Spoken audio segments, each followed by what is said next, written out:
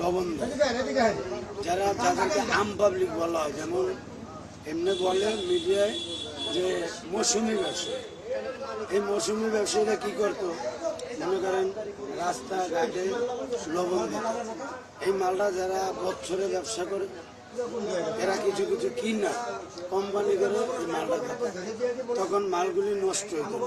দেখেন এই যে রাস্তায় পড়ে রয়েছে কোটি কোটি টাকার সম্পদ পালা যায়, এটা কিন্তু দেখা যায় ভূতে, এটা কিন্তু অনেক টাকা আসে।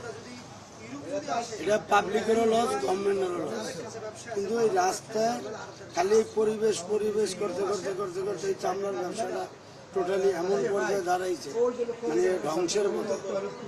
আর দ্বিতীয়ত হইল মনে করেন যে কেমিক্যালটা বিদেশ থেকে আসে, এটার পর্যাপ্ত পরিমাণ দাম, এই জন্য কোম্পানিরাও পোষান। আমরা অনেকেই আছে মিডিয়ার দ্বারা দাঁড়াইলে যে খালি কোম্পানিরা এটা করে না, কোম্পানিরা করে না, এই ধারণাটা ভুল।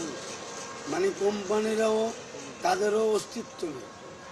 অনেক কোম্পানি মনে করেন যে ট্যানারি বিক্রি কইরা ঋণ কুস্ত হইয়া অনেকে চলে গেছে, অনেকে মারা গেছে। কিন্তু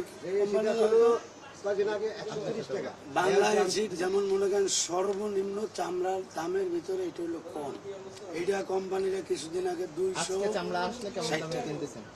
আজকে চামড়া আনতে বলে ভাই, এটা আবার মনে করেন যে একটা বিষয় আছে কি, আজকে যে চামড়াটা আসবে এই চামড়াটা কিন্তু ওই যে আমরা হেয়ার স্লিপ বলে, আমরা বলি হেয়ার স্লিপ, যেমন আপনারা হয়তো যারা না জানে তারা বলে পৌঁছে গেছে।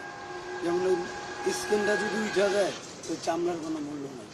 তো এখন ওই পচা মাল নিয়ে আইলে মনে করেন আজকে তো অনেক জায়গায় কোরবানি হচ্ছে, ওইটা ভালো, ওইটা ভালো।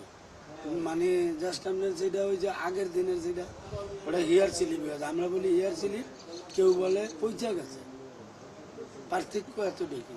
আচ্ছা, আপনি তো এমনি ব্যবসায়ী, ট্যানারি মালিকদের আপনারা টাকা পয়সা দিচ্ছে কিনা ঠিকঠাক না? যদি ট্যানারির মালিক না পায় এরা আছে না, আল্লাহর দুনিয়া হাতের 5টা আঙুল কিন্তু এক না। যেমন অনেক ট্যানারিওয়ালারা আছে মনে করেন এরা লাগাতার ব্যবসা করে। আমি গত কুরবানিতে এক কোম্পানির মাল দিয়েছি 8,88,000 টাকা। ভাই এই কুরবানিতে 4 আনা পয়সাও দেয় না, যে একই না।